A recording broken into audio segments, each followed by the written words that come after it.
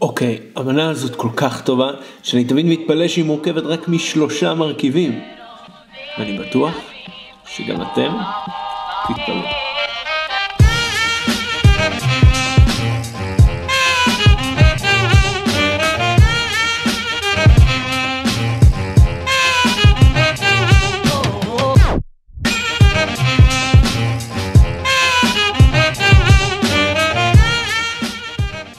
קאצ'ו e פפה, אחת המנות פסטה הפופולריות מהמטבח הרומי, משמשת כסוג של בסיס למגוון רחב הרבה יותר של פסטות אחרות. קאצ'ו e פפה, או בתרגום חופשי, גבינה ופלפל. אל תיתנו לכמות מרכיבים הקטנה הזאת לבלבל אתכם. מדובר על פסטה שנותנת לכל מרכיב בה לככב בזכות עצמו. הספגטי, הגבינה, הפלפל, קרמית, ארומטית ופיקנטית. והכי חשוב, שהיא ממש קלה להכנה. אז יאללה, בלי עיכובים נוספים, בואו נתחיל. אז דבר ראשון, אנחנו נכין מתכון שהוא מעט פשוט יותר של קאצ'ו e פפה. נצטרך כ100 גרם של גבינת פרמזן או גרנה פדאנו מגוררת, כ250 גרם של ספגטי וגם פלפל שחור גרוס. נתחיל להרתיח מים לפסטה בסיר. כשהמים רותחים, נמליח את המים לפי הצורך. רואים שהמים צריכים להיות מלוחים כמו מי ים. אצלי המדד הוא לפי העין. נכניס את הספגטי למים, וחשוב מאוד לפזר את הספגטי כמו דוקים. זה עוזר למנוע הדבקות של הספגטי בתוך הסיר. נערבב כל מספר דקות ונבדוק אם הספגטי שלנו מוכן.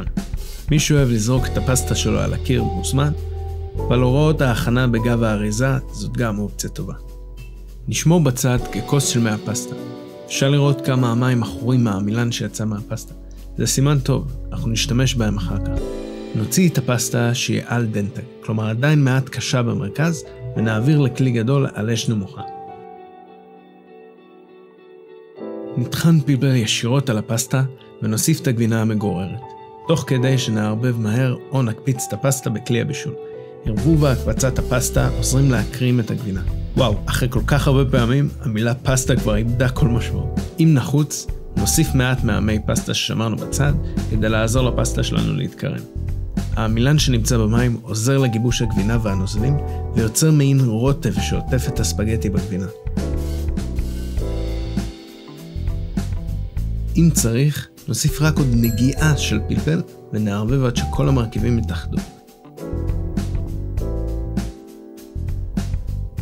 כמובן שנשתמש גם במצקת, כדי להנדס קן יפה של ספגטי.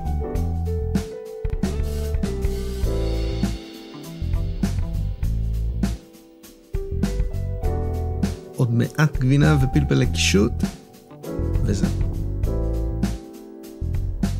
כשניקח את הביס הראשון, אני ממליץ להשתדל להתאפק טיפה, ולא לקחת ביס ענק כמוני.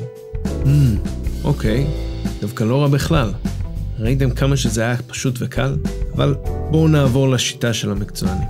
עכשיו, אנחנו הולכים לשדרג בכמה רמות את המתכון הקודם. קאצ'ו e פפה אמיתית קוראת להשתמש בגבינת פקורינו רומנו, שזו גבינת כבשים קשה, בעלת טעם חד וחזק. נשתמש בספגטי איכותי, אפשר לראות עד כמה הספגטי מחוספס.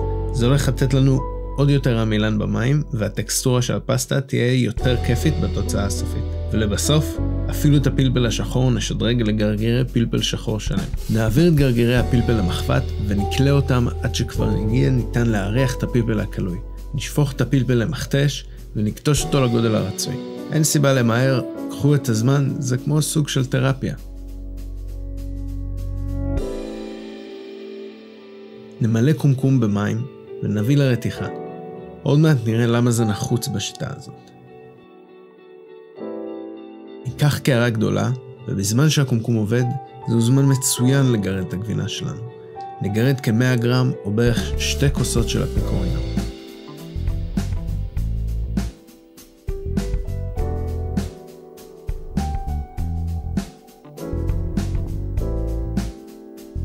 ניקח את הגבינה שגרדנו, ונהפוך אותה לסיר סוטאז'. זהו, יש לנו את כל המצרכים המוכנים לידינו. נכניס את הפסטה לסיר, נמלא במים רותחים מהקומקום, ונמליח מעט את המים. לשים לב, לא להמליח כמו שהיינו ממליחים בדרך כלל, כי כל הכמות של המלח תישאר במנה, אז לשים לב.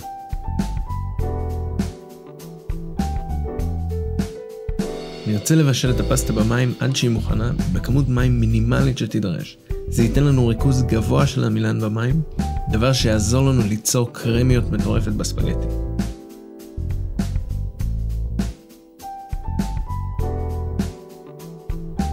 נוסיף את הפלפל הקטוש ואת הגבינה המגורדת לפסטה, תוך כדי שנערבב מהר את הפסטה בסיר.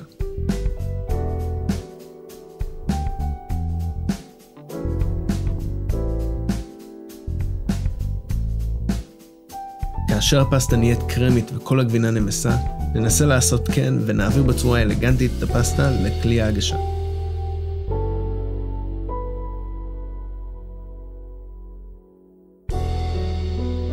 ניתן לגרוס מעט פלפל שחור טרי ולגרד עוד גבינה מעל, וזה הזמן לאכול ולהתענג על הפסטה המדהימה שהכנו. קחו את אמצעי האכילה האהוב עליכם, והפעם בביס קטן ומלא בטעם נבין עד כמה שהמתכון הזה טעים.